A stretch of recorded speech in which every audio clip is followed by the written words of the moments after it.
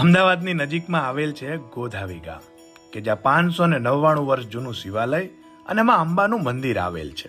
એટલું જ નહીં, અહીંયા મંદિરની સ્થાપના વખતે પ્રગટાવેલ જ્યોત હજુ પણ ઝળહળી રહી છે.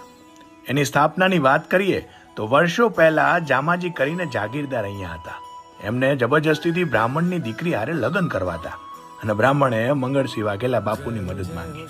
બાપુએ જામાજીને હરાવી વિક્રમ સંવત 1482 ચૈત્ર સુદ નોમના ગોધાવી ગામ જીત્યું અને એમના રાજગોર શ્યામશંકર અને મૂળશંકરના માનમાં એમના નામેથી શ્રી શ્યામ મૌલેશ્વર મહાદેવની સ્થાપના કરી અને વાઘેલાઓના કુળદેવી માં અંબાની પણ સ્થાપના કરી, જેની પ્રાણ પ્રતિષ્ઠા મંગળસિંહ બાપુના ધર્મપત્ની મહાસતી સુરતકુંવરબાના હાથે થઈ. અહીંયા મંગળસિંહ બાપુ તથા મહાસતીમાની ખાંભી આજ પણ હયાત છે. અખંડ જ્યોતમાં ઘી ક્યારેય ખૂટતું નથી. આજે પણ આ ગામમાં મંગળસિંહ બાપુના વંશજો વસવાટ કરે છે અને અહીંયા કાયદાથી વધારે ડર દાદા શ્યામ મૌલેશ્વર મહાદેવની સોગંદનો છે. શ્રાવણી અમાસ અને ચૈત્રી નવરાત્રીમાં રામનવમીના દિવસે હવન થાય છે.